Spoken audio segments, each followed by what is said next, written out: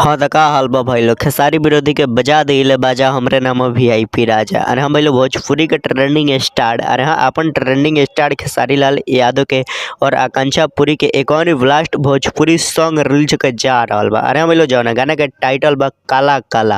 अरे हाँ भाई लोग, ये वाला गाना कब तक लाता, कौना चैनल पर आता, कौ तरीके रिलीज करल जाता, गाना कैसन होके अलावा पूरा फुल जानकारी मिली तो लोग ये वाला वीडियो में। तो लोग ये वाला वीडियो के शुरू से लेकर लास्ट तक देख लेंगे। बाकी अभी तक हमारे चैनल के सब्सक्राइब नहीं कर लेंगे तभी सब्सक्राइब करके हमसे जुड़ चलेंगे। तो भाई लोग तो लोग सबसे पहले बता दी कि ये वाला गाना लिखले के बाद। तो भाई लोग देख लेंगे जो वाला गाना बा तो लिखल बड़े कृष्णा विदर्दी। अरे भाई लोग, खेसारी लाल यादव के मशहूर राइटर और सबसे ज़्यादा गाना खेसारी लाल यादव के लिख के देवे वाला कृष्णा विदर्दी लिखले बड़न ई वाला गाना। बाकी भाई लोग तो लोग बता दी कि ये वाला जौन गाना में म्यूजिक बा वो आर्या शर्मा के बा। अरे हाँ भाई लोग, ये वाला गाना में तो लोग के म्यूजिक सुने के मिली आर्या शर्मा के। बाकी भाई लोग, ये वाला गाना बहुत ही बेस्ट, बहुत ही मस्त, बहुत ही झकास और बहुत ही हेवी हुई। अरे हाँ भाई लोग, तो लोग अपने स्क्रीन पर देख सकत रही खेसारी लाल यादव के और आकांक्षा पुरी के दोनों आदमी के ड्रेस बा पूरा काला काला और ये फोटो तेजी से वायरल होता।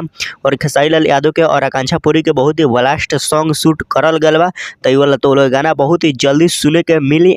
बाकी बोलो, आकांक्षा पुरी के साथ ही वाला गाना जब आई तो पूरा मार्केट में तहलका मचा दी।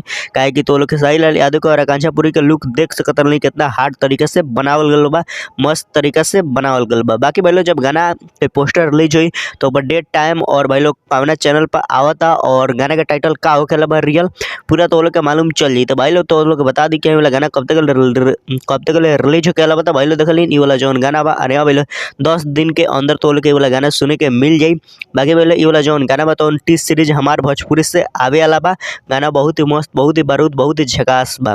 बाकी भाई लोग, ये वाला गाना गइले बड़न भोजपुरी के ट्रेंडिंग स्टार खेसारी लाल यादव और शिल्पी राज मिल के वाला गाना गइले बड़न। गाना बहुत ही बेस्ट, बहुत ही मस्त तरीके से गाना के बनावल गल बा।